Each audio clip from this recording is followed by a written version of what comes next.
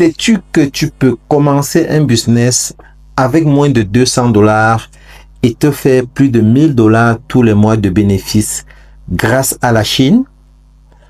Aujourd'hui, je te parle de 10 business que tu peux lancer à partir de chez toi, des business très simples, très rentables, que tu peux lancer à partir de chez toi et même sans expérience.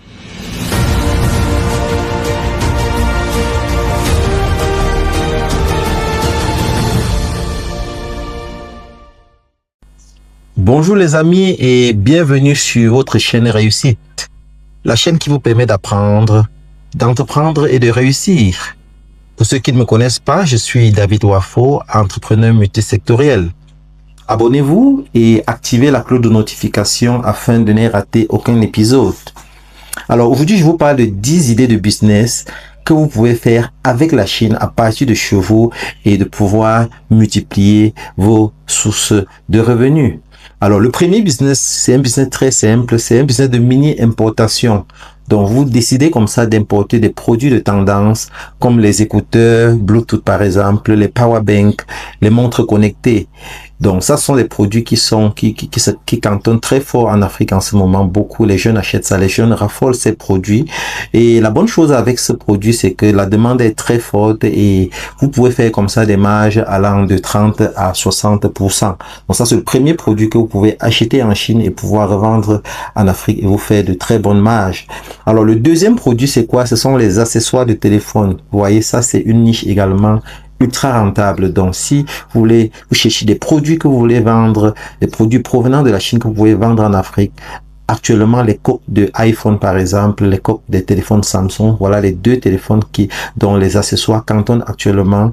Vous pouvez les acheter et les revendre en Afrique et faire de très bonnes marges. Il y a également les chargeurs rapides. Vous voyez un peu les chargeurs rapides, les câbles de recharge rapide. Il y a également les supports de voiture. Donc ça, ce sont des produits qui ne coûtent pas très cher. Ça varie. Ça coûte habituellement entre 100 et $300. Donc vous pouvez les acheter et les revendre sur des plateformes comme WhatsApp et Facebook Marketplace et vous faire de très bonnes marges. Alors le troisième produit, c'est quoi? C'est la vente des vêtements. Vous voyez, le fast fashion, ça marche, c'est rapide, ce sont des produits en très forte consommation. Vous voyez, les trucs comme les ensembles femmes, les vêtements tendance, les snipes, les tennis et tout ça. Donc ça, ce sont des produits qui représentent de très gros marchés. C'est pour ça que vous allez voir beaucoup de ces plateformes chinoises là, ils font un effort, ils sont en forte percée en Afrique parce que la demande est très forte.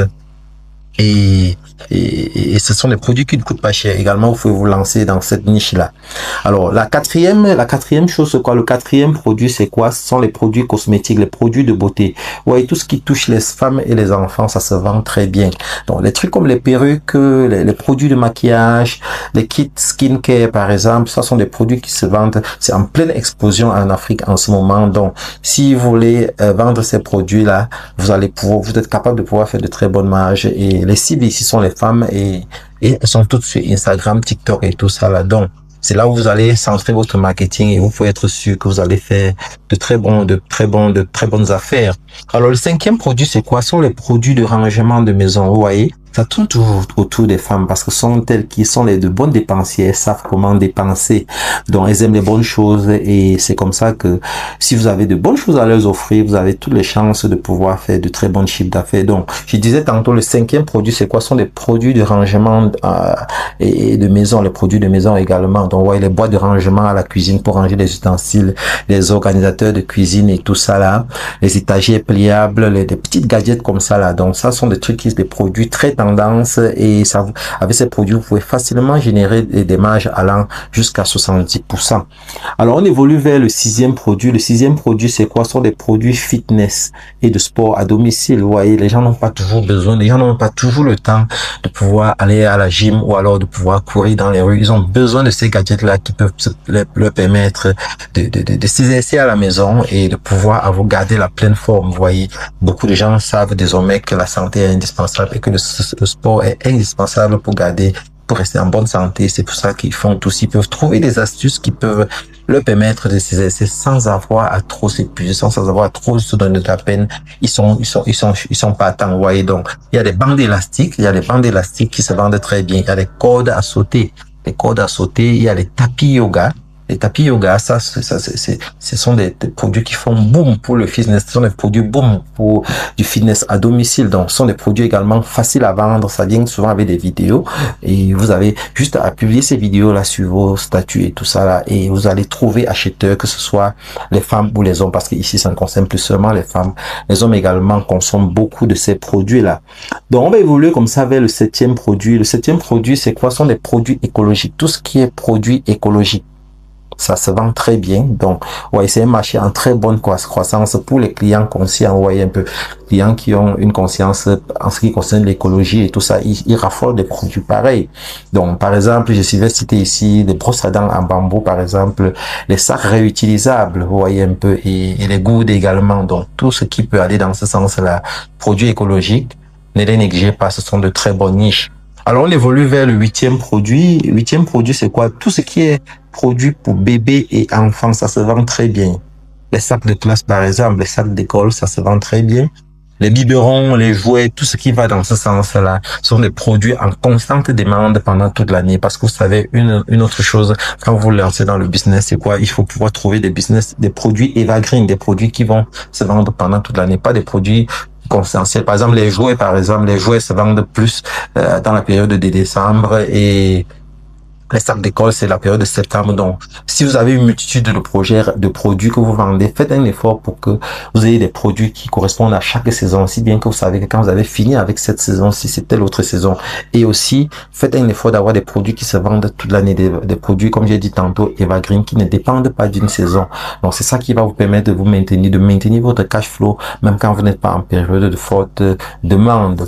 On évolue comme ça vers le neuvième produit, c'est quoi? Ce sont les accessoires automobiles. Tout ce qui est accessoires automobiles, comme les dashcams, les supports de téléphone dans la voiture, par exemple, les housses et les sièges, ce sont des produits très rentables et en forte demande en Afrique. Donc, on va comme ça évoluer et on va chuter vers le dernier produit, qui sont des produits solaires et énergétiques. Vous savez, de nos jours, la crise énergétique, les coupures de courant partout chez nous font que le soleil prend de plus en plus de l'ampleur, parce que c'est une ressource gratuite que nous avons, et tout le monde gagnerait à pouvoir bénéficier de cela. Bon, pendant longtemps, on a fait fi de ça, mais de nos jours, de plus en plus, il y a des supports très performants qui permettent de résoudre ce problème. Les lampes solaires, par exemple, les projecteurs solaires, de plus en plus, c'est en demande, et c'est très efficace. Vous allez voir, de plus en plus, nos villes sont éclairées nos villes et les ménages sont éclairés par ces moyens-là. Donc, et ce sont des produits également durables. Donc, il y a également les power banks. Les power banks, pas seulement électriques, mais les power banks solaires. Donc, ça, c'est aussi bien.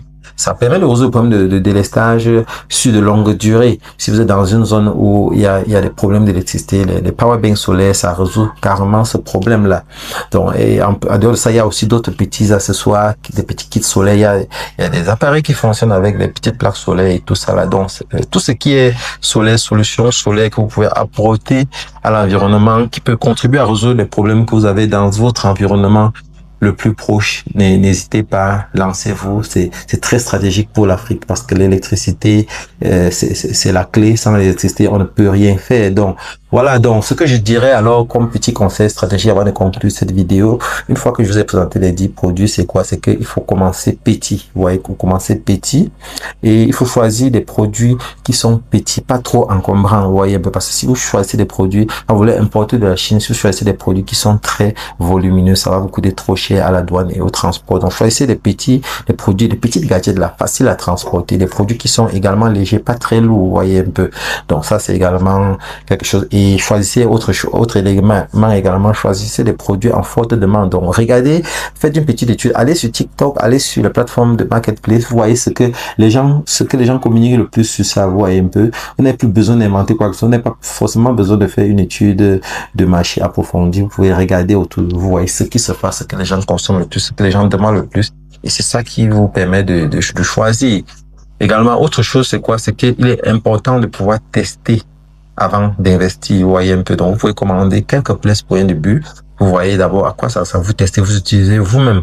Vous voyez comment est-ce que ça fonctionne. Et c'est quand vous êtes satisfait maintenant que vous passez la commande à une échelle plus importante, vous voyez un peu. Et mais même jusque là, commencez petit, et au fur et à mesure que la demande croît, vous essayez de voir comment est-ce que vous pouvez améliorer vos volumes de commandes. Donc, c'est ce que je pourrais vous donner comme conseil parce que vous avez, pour tous les produits que je vous ai donnés tout à l'heure, les marges aussi à l'intervalle 20 à 30, 60, 70% en fonction du produit. Et il y a d'énormes variétés. Le côté positif avec la Chine, c'est qu'il y a d'énormes, ils ont beaucoup de variétés à vous proposer. Donc, ne tombez pas sur la première offre et vous limitez là ça. Essayez de voir tout autour ce que d'autres offrent et tout ça. Et c'est quand vous avez fait le tour que vous vous décidez.